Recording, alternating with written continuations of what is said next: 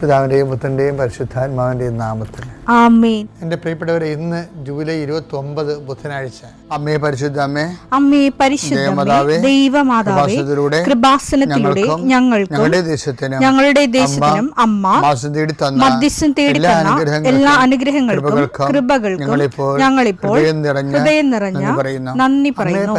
അമ്മേ പരിശുദ്ധമേ, ദൈവമാതാവേ, 2004 ഡിസംബർ 7 ഉച്ചകഴിഞ്ഞ് 2:30 കൃപാസനത്തിൽ സംഭവിച്ച അമ്മയുടെ പ്രത്യക്ഷപ്പെടലിനെ കുറിച്ച് തിരുസഭയ്ക്ക് സമർപ്പിച്ചിരിക്കുന്ന പഠനരേഖകളുടെ മേൽ സഭാത്മകമായ പഠനം ആരംഭിക്കുവാൻ ഞങ്ങൾ പ്രാർത്ഥിക്കുന്നു. അമ്മേ പരിശുദ്ധമേ, ഭൂസ്വർലോകങ്ങളുടെ രാജ്ഞിയായ അങ്ങേയ്ക്ക് ഭൗമസംരക്ഷണത്തിനായി പ്രപഞ്ചപ്രകൃതിയെ തന്നെ തിരുസഭ പ്രതിഷ്ഠിക്കുവാൻ ഈ പ്രത്യക്ഷീകരണം വഴി ഇടയാക്കണമേ. പരിശുദ്ധമേ, ജപമാല മാതാവേ, സകല കൃപാസനം പ്രാർത്ഥനയോടും ചേർത്ത് ഞങ്ങളിപ്പോൾ പ്രാർത്ഥിക്കുന്ന ഈ കുടുംബത്തിന്റെ പ്രത്യേക നിയോഗം പറ മക്കളെ.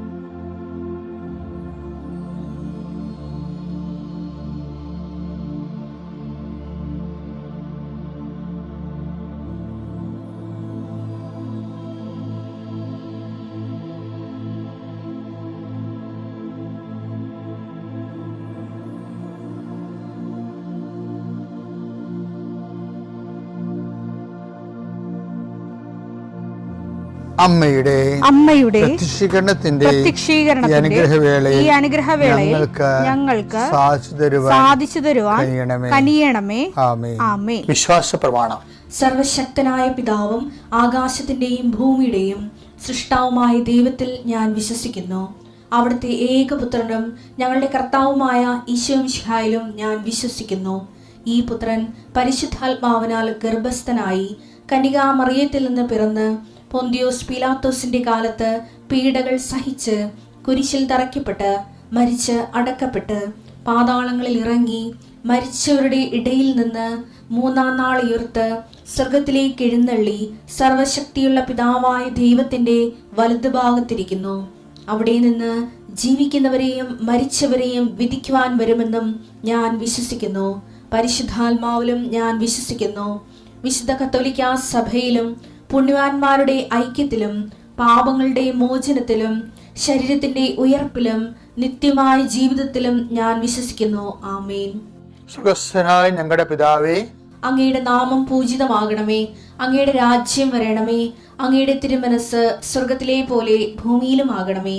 അന്നു വേണ്ടുന്ന ആഹാരം ഇന്ന് ഞങ്ങൾക്ക് തരണമേ. ഞങ്ങളോട് തെറ്റ് ചെയ്യുന്നവരോട് ഞങ്ങൾ ക്ഷമിക്കുന്നത് പോലെ ഞങ്ങളുടെ തെറ്റുകൾ ഞങ്ങളോടും ക്ഷമിക്കണമേ. ഞങ്ങളെ പ്രലോഭനത്തിൽ ഉൾപ്പെടുത്തരുതേ, തിന്മയിൽ ഞങ്ങൾ രക്ഷിക്കണമേ. ആമേൻ. നന്മ നിറഞ്ഞ മറിയമേ, സ്വസ്തി. കർത്താവ് അങ്ങയുടെ കൂടെ സ്ത്രീകളിൽ അങ്ങ് അനുഗ്രഹിക്കപ്പെട്ടവളാകുന്നു. അങ്ങയുടെ ഉദരത്തിൻ ഫലമായി ഈശോ അനുഗ്രഹിക്കപ്പെട്ടവനാകുന്നു. പരിശുദ്ധ മറിയമേ, തമ്പുരാന്റെ അമ്മേ, പാപികളായ ഞങ്ങൾക്ക് വേണ്ടി ഇപ്പോഴും ഞങ്ങളുടെ മരണസമയത്തും തമ്പുരാനോട് അപേക്ഷിക്കണമേ. ആമേൻ. കർത്താവേ, നിന്റെ ഉന്നതമായ നാമത്തിന് സ്തോത്രം ചെയ്യുന്നു. കർത്താവേ, നിന്റെ വിശുദ്ധ പൗരോഹിത്യത്തെ മഹത്വപ്പെടുത്തണമേ. കർത്താവെ, സഭയിലുള്ള സാന്നിധ്യം പ്രകടമാക്കണമേ. 40 വർഷം ഞാൻ അർപ്പിച്ച കൃപാനയുടെ യോഗ്യതയാണ്. കൃപാസനത്താറെ ജീവനോടെ പ്രത്യക്ഷപ്പെട്ട പരിശുദ്ധ അമ്മയുടെ മാധ്യസ്ഥത്തിലെ ഞാൻ മക്കളെ ആശീർവദിക്കുന്നു. ഈശോയെ, ഇന്ന് കൃപാസനത്താറെ നടക്കുന്ന 10,000-കണക്കിന് മനുഷ്യരുടെ പ്രാർത്ഥനയോട് കൂടെ ദൈവവേദലെ ഞാൻ നിന്നെ ഈശോനാമത്തിൽ ആശീർവദിക്കുന്നു. മാതാവിൻ്റെ പ്രത്യക്ഷീകരണത്തിൽ ഇന്ന് വരെ നടന്നിട്ടുള്ള എല്ലാ അനുഭവ സാക്ഷികളുടെയും സാക്ഷ്യങ്ങൾ നിനക്കും ഈ നിമിഷം നിൻ്റെ ഏറ്റവും വലിയ സങ്കടകരമായ അവസ്ഥകളെ അതിജീവിക്കാൻ ദൈവം നിന്നെ സഹായിക്കട്ടെ എന്ന് പ്രാർത്ഥിക്കുന്നു. രോഗപീഠകൾ വലയുന്നവരെ അവരുടെ ശരീരത്തിന് വിവിധ ഭാഗങ്ങളിൽ കൈകൾ വെച്ചുകൊണ്ട് പ്രാർത്ഥിക്കുക. എൻ്റെ കർത്താവിൻ്റെ ഉന്നതമായ നാമത്തിൽ സഭയുടെ അധികാരത്തിൽ കുരിശടയാളത്തിൽ കൃപാസനത്താറെ ജീവനോടെ പ്രത്യക്ഷപ്പെട്ട മാതാവിൻ്റെ മധ്യസ്ഥത്തിന് രോഗപീഠകളെ ഈശ്വരനാമത്തിൽ സൗഖ്യം പ്രാപിക്കും.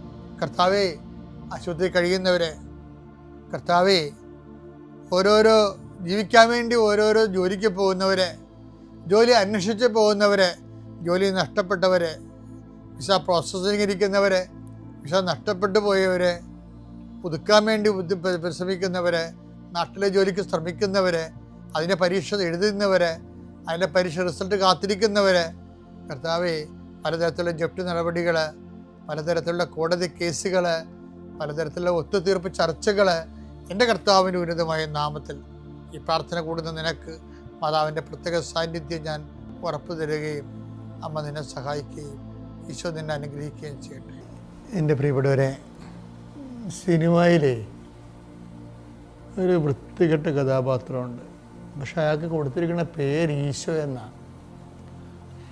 അപ്പം ലോകപോക്രിയാണ് അയാൾ, പക്ഷേ ഈശോ എന്ന പേര്. അപ്പം ഈശോ എന്നുള്ള പേര് ഏറ്റവും പേടിക്കണതും ഏറ്റവും പേടിക്കുന്ന ആൾ പിശാചാണ്. പിശാചിന് എപ്പോഴും ഇങ്ങനെ ഈശോ എന്ന പേര് തനിക്ക് പേടിയാതെ കാരണം അത് ഭൂമുഖത്തു നിന്ന് തേച്ച് മാച്ച് കളയണമെന്നുള്ള ആഗ്രഹമുള്ളതാണ് പിശാച്. അതുകൊണ്ടാണ് ഇതുപോലെ ഈശോയുടെ വിരുദ്ധ ശക്തികളാണ് ഇതുപോലെയുള്ള കാപാലികന്മാർക്ക് ഈശോ എന്ന് പേരിടുന്നത്. ഇവരെ കുറ്റം പറഞ്ഞൊരു കാര്യമില്ല. ഉദയംപേർ സൂര്യ ദിവസത്തിന് മുമ്പ് 1599 മുമ്പ് ഇവിടുത്തെ ക്രിസ്ത്യാനികൾക്ക് ഈശോ എന്ന് പേരുണ്ടായിരുന്നു. അതുകൊണ്ട് മെനേസിസ് പിതാവ് പ്രത്യേകിച്ച് എടുത്തു പറഞ്ഞു, ഉദയംപേർ സൂര്യ കാനൂനിനെ വായിക്കും അറിയാം, ആർക്കും ഈശോ എന്ന പേരിടരുത്. നമ്മൾ പോകുന്ന വഴികൾ നമ്മളൊന്ന് ഇടയ്ക്കൊന്ന് ചിന്തിക്കണം എന്നുള്ളതാണ്. ആർക്കും ഈശോ എന്ന് പേരിടരുത് എന്ന് വെച്ചാൽ ആർക്കോ ഇവിടെ പണ്ട് ഈശോ എന്ന് പേരിട്ടിരുന്നു എന്നുള്ളതാണ്. അപ്പം നമ്മൾ കാണിച്ചു കൊടുത്ത വഴികളിലൂടെയാണ് ഇന്ന് നമ്മളെ ആൾക്കാർ ആക്രമിക്കുന്നത്. ഞാൻ എന്താ പറഞ്ഞിരുന്നത്, കഴിഞ്ഞ ദിവസങ്ങളിലെ ഒരു മെത്രാനച്ഛന് ഒരു ഹൃദയത്തിൻ്റെ എന്തോ ഒരു അസുഖം ഉണ്ടായിരുന്നു. എനിക്കിങ്ങനെ ഹൃദയത്തിൽ ഒരു ബ്ലോക്ക് പോലെയൊക്കെ തോന്നുന്നുണ്ട്, അച്ഛൻ പ്രാർത്ഥിക്കണം. ഞാൻ പിതാവിനോട് പറഞ്ഞു, പിതാവേ, ഈശോ ഗെത്സേമനിൽ എന്താണ് ചെയ്തത്? യോഹന്നാൻ 12:27-28. ഇപ്പോൾ എൻ്റെ ആത്മാവ് അസ്വസ്ഥമായിരിക്കുന്നു. ഞാൻ എന്തു പറയേണ്ടു? പിതാവേ, ഈ മണിക്കൂറിൽ നിന്ന് എന്നെ രക്ഷിക്കണമേ. അല്ല, ഇതിനു വേണ്ടിയാണല്ലോ ഈ മണിക്കൂറിലേക്ക് ഞാൻ വന്നത്. പിതാവേ, അങ്ങയുടെ നാമത്തെ മഹത്വപ്പെടുത്തണമേ. അപ്പോൾ സ്വർഗത്തിൽ നിന്ന് ഒരു സ്വരമുണ്ടായി, ഞാൻ മഹത്വപ്പെടുത്തിയിരിക്കുന്നു, ഇനിയും മഹത്വപ്പെടുത്തും. ഈശോ ഗെത്സമനെ ചെയ്തത് തൻ്റെ പീഡാനുഭവങ്ങൾ, താൻ ശരീരത്തിൽ അനുഭവിക്കാൻ പോകുന്ന പീഡാനുഭവങ്ങളെ സഭയുടെ വിശുദ്ധീകരണത്തിനായിട്ട് ഈശോ സമർപ്പിച്ചു. അപ്പോൾ ഈശോയുടെ പീഡാനുഭവങ്ങൾ എന്ന് വെച്ച് കഴിഞ്ഞാൽ ഈ കുരിശിൻ്റെ മരണം തുടങ്ങണത് തന്നെ ഈ ഈശോയുടെ ഈ ഗെത്സമനി തൊട്ട് തുടങ്ങുകയാണ്. ഗെത്സമനി തൊട്ട് തന്നെ ഈശോ സമർപ്പിക്കാൻ തുടങ്ങിയെന്നുള്ളതാണ് രസം. പരിശുദ്ധാത്മാവ് നിറഞ്ഞു നിൽക്കണ കാരണം പരിശുദ്ധാത്മാവ് പറഞ്ഞ് ഈശോയോട് പറഞ്ഞു, ഈശോ, നിൻ്റെ മുഖത്തൊന്നും ഇറ്റ് വീഴുന്ന രക്തമില്ലേ, അതിൻ്റെ ഗന്ധം പോലും ലോകത്തെ വിശുദ്ധീകരിക്കും, നീ അതിൻ്റെ ഗന്ധം പോലും സമർപ്പിക്കാൻ പറഞ്ഞു. ഉടനെ പറഞ്ഞ് ഈശോ പറഞ്ഞ്, ഞാൻ എൻ്റെ ഈ സമർപ്പണത്തിൻ്റെ ലാസ്റ്റാണ് കുരിശിൽ എൻ്റെ ആത്മാവിനെ സമർപ്പിക്കണമെന്ന് പറയണല്ലേ. അപ്പം ആദ്യത്തെ സമർപ്പണം എന്താ? പീഡാനുഭവങ്ങളെ സമർപ്പിക്കണതാണ്. അപ്പം എന്തിനാണ്? ഈ പിതാവേ, അങ്ങ് ലോകത്തെ വിശുദ്ധീകരിക്കണമെന്ന്, ഞാൻ എന്നെ തന്നെ വിശുദ്ധീകരിക്കുന്നു, ഈ സഹനത്തിലൂടെ എന്നെ തന്നെ വിശുദ്ധീകരിക്കുന്നു. അപ്പോൾ ഞാൻ പിതാവിന് പറഞ്ഞു, പിതാവിൻ്റെ രൂപതയെ പിതാവ് ഈ സഹനം കൊണ്ട് വിശുദ്ധീകരിക്കണം. അപ്പോൾ അതിന് പിതാവിനൊരു അവസ്ഥ ദൈവം തന്നിരിക്കുന്നതാണ്. ഇപ്പം കൃപാസനമൊക്കെ ഇന്ന് നിങ്ങൾ ലോകത്ത്, ഞാൻ കഴിഞ്ഞ ദിവസങ്ങളിൽ ഒരു ഫേസ്ബുക്ക് കണ്ടു, ഇന്ത്യയിൽ ഏറ്റവും കൂടുതൽ മനുഷ്യൻ വന്ന് പ്രാർത്ഥിക്കാനും ആഗ്രഹിക്കാനും ഒരു സങ്കടം വന്ന് പറയാൻ പറ്റിയ ഒരിടമാണെന്ന്. സ്വന്തമായിട്ട് ആൾക്കാരിപ്പോൾ സ്വന്തമായിട്ട് ബ്ലോഗ് ചെയ്യുന്നു, സ്വന്തമായിട്ട് ഫേസ്ബുക്ക് ചെയ്യുന്നു. ഒരു കാലത്ത് അങ്ങനെയൊന്നും അല്ലായിരുന്നല്ലോ, നിങ്ങൾക്കെല്ലാം അറിയാമല്ലോ. അപ്പം അങ്ങനെ വരുമ്പോൾ എന്താ വിഷയം എന്നാലേ, ഇത് എത്രയോ പേരുടെ സഹനമാണെന്നറിയാമോ ഇന്നത്തെ കൃപാസനം എന്ന് പറയണത്. എത്രയോ പ്രേക്ഷിതരുടെ സഹനങ്ങളാണ് അവിടെ കാഴ്ചവെപ്പ്. ഇപ്പം തന്നെ ഞാൻ തന്നെ ഇങ്ങനെ നിങ്ങളുടെ മുമ്പിൽ സംസാരിക്കണത് എന്താ, നിങ്ങളെ അതിൻ്റെ കമൻറ്റ് ബോക്സ് നോക്കിയാൽ മതി. എന്തുമാത്രം മനുഷ്യരാണ് എൻ്റെ ആരോഗ്യത്തിന് വേണ്ടി പ്രാർത്ഥിക്കുന്നത്. അപ്പം ഞാനെന്ത് ചെയ്യും, ഞാൻ കർത്താവിൻ്റെ അടുത്ത് വരുമ്പോൾ കൃപാസനത്തിൽ ഒരു പ്രാവശ്യമെങ്കിലും വരണമെന്ന് ആഗ്രഹിച്ച ആൾക്കാരെ പോലും ഞാൻ സമർപ്പിച്ച് പ്രാർത്ഥിക്കും. എൻ്റെ മക്കളെ, എൻ്റെ വിഷയം എന്ന് പറയണത് നമ്മൾ ആവശ്യമില്ലാതെ അങ്ങനെ സംഭവിച്ചല്ല, ഇങ്ങനെ സംഭവിച്ചല്ല, അത് ചെയ്യണമല്ല, ഇത് ചെയ്യണമെന്നല്ല. നമ്മൾ ചിന്തിക്കേണ്ടത് ദൈവത്തെ മഹത്വപ്പെടുത്തണമല്ലോ. നമുക്കൊരു ഉത്തരവാദിത്തമേ ഉള്ളൂ. എന്താണ്? ദൈവത്തെ മഹത്വപ്പെടുത്തണമല്ലോ. അപ്പോൾ ദൈവത്തെ മഹത്വപ്പെടുത്തുന്നതാണ് നമ്മുടെ ഉത്തരവാദിത്തമാണ് നമുക്ക് തോന്നിയാൽ. എന്താണ്? പിതാവേ, ഇതാ ഞാൻ അങ്ങയെ മഹത്വപ്പെടുത്തുന്നു എന്ന് പറയുമ്പോൾ,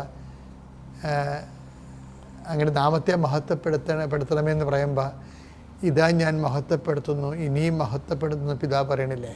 അപ്പം നമ്മൾ ദൈവത്തെ മഹത്വപ്പെടുത്തി വേണ്ടാണ് നമ്മുടെ ജീവിതവും നമ്മുടെ അവസ്ഥകളും എല്ലാം അതിനുവേണ്ടി കാഴ്ചവെക്കുമ്പോൾ ദൈവം നമ്മളെ മഹത്വപ്പെടുത്തും.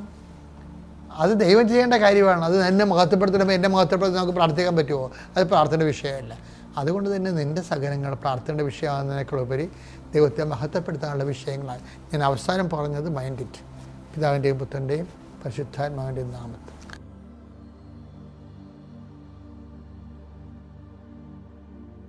അത്യപൂർവ ദൈവാനുഭവങ്ങൾ ഇനി നിങ്ങൾക്കും സ്വന്തം. ഈ യൂട്യൂബ് ചാനൽ ഇതുവരെ സബ്സ്ക്രൈബ് ചെയ്തിട്ടില്ലെങ്കിൽ ഇപ്പോൾ തന്നെ സബ്സ്ക്രൈബ് ചെയ്യുക. ഈ വീഡിയോ ഇപ്പോൾ തന്നെ നിങ്ങളുടെ സുഹൃത്തുക്കൾക്ക് ഷെയർ ചെയ്തുകൊണ്ട് കർത്താവിൻ്റെ പ്രേക്ഷിതരാകുക.